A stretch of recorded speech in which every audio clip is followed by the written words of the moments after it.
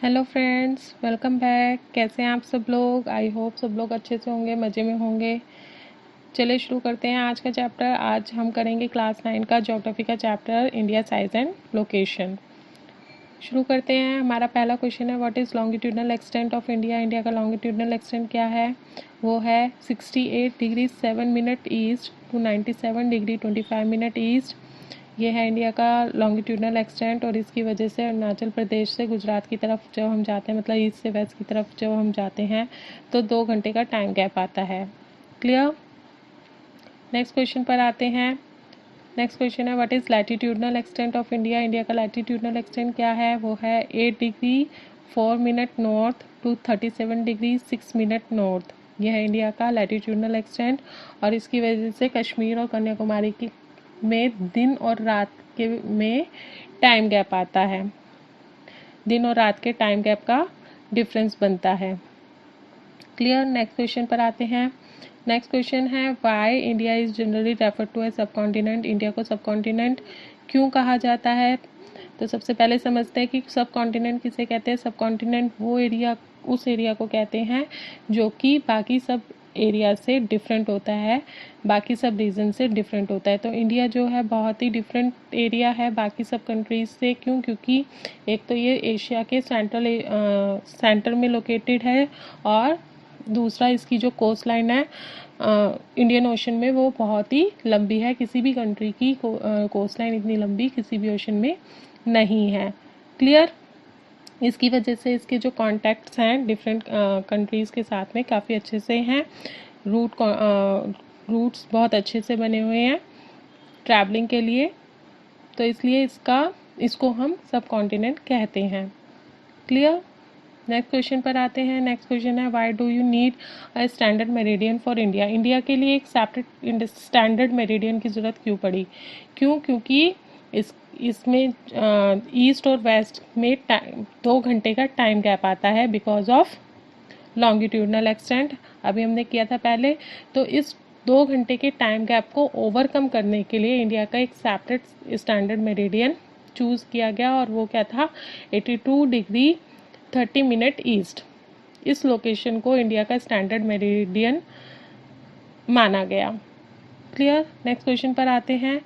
Next question है, what is the significance of India central location. India के central location का क्या significance है?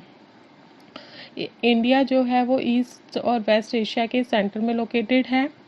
इससे जो रूट्स हैं इंडिया के डिफरेंट कंट्रीज़ के साथ में, रूट्स क्लियर हैं और अच्छे से डेवलप्ड हो गए हैं। स्ट्रेटेजिक सेंट्रल लोकेशन है इंडिया की,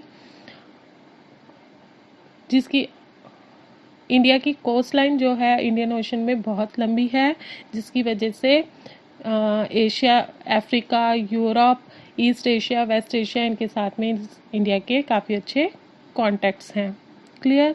नेक्स्ट क्वेश्चन पर आते हैं। नेक्स्ट क्वेश्चन है, discuss India's largest coastline in India. India के अंदर जो सबसे लंबी कोस्ट लाइन है उसके बारे में बताना है, और इसको दूसरी तरह से भी पूछा जा सकता है, justify the naming of Indian ocean after India, कि इंडिया के नाम पर ही इंडियन ओशन का नाम क्यों पड़ा।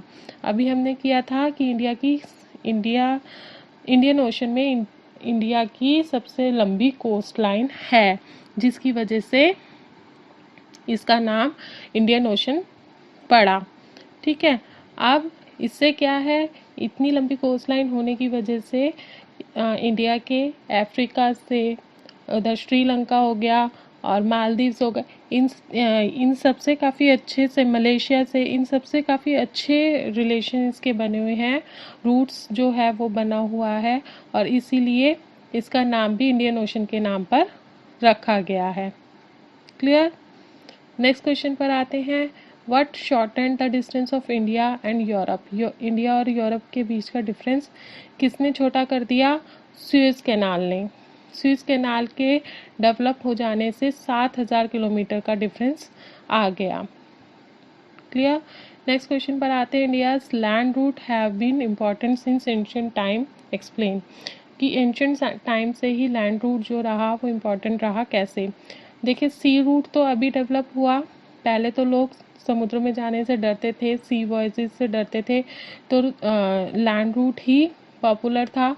और इंडिया का लैंड रूट तो एंशियंट टाइम से पॉपुलर था। इंडिया के जितने भी उपनिषद हैं और पंचतंत्र की स्टोरीज़ वगैरह, ये सब जो आइडियाज़ थे, ये सब आइडियाज़ शेयर होते ही थे। एंशियंट टाइम में भी शेयर होते थे। एंशियंट टाइम में भी ट्रैवलर्स आते थे, इंडिया में आते थे, ट्रैवल करते थे, इंडिया के आइडियाज़ अपनी कंट्रीज़ में लेके जाते थे। और इंडियन ट्रैवलर्स दूसरी कंट्रीज़ में जाके वहाँ की जो स्कल्पचर का नॉलेज था या फिर वहाँ के आर्किटेक्चरल नॉलेज थी, वो इंडिया में लेकर आते थे। जैसे कि डोम्स और मिनारेट्स का जो आर्किटेक्चरल डिज़ाइन है वो वेस्ट एशिया से ही, अफ़गानिस्तान साइड से ही इंडिया के अंदर आया और फिर पॉपुलर हुआ। तो इस तरह से इंडिया का जो लैंड रूट था वो तो हम कह सकते हैं कि इंडिया में बहुत पहले से, एंशियंट टाइम से ही पॉपुलर है। और कमोडिटीज़ के लिए भी इवन माउंटेन एरिया से भी जो है रूट्स बनाकर ट्रैवलिंग होती थी एंशियंट टाइम में। क्लियर? तो इस तरह से इंडिया का लैंड रूट तो बहुत पहले से चल रहा है, बहुत पहले से पॉपुलर है। सी रूट अभी अभी डेवलप हुआ है कुछ समय पहले ही, और अब सी रूट से भी काफ़ी अच्छे कॉन्टैक्ट्स इंडिया के बन गए हैं।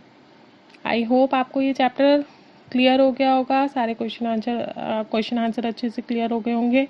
अगर आपको कोई प्रॉब्लम है तो आप कमेंट बॉक्स में कमेंट करके पूछ सकते हैं। और अगर आपको मेरी वीडियो पसंद आई हो तो ज़्यादा से ज़्यादा लाइक करें, इसे शेयर करें, सब्सक्राइब करें और मुझे मोटिवेट करें ताकि मैं ऐसी वीडियो और बना के लाती रहूँ आपके सामने।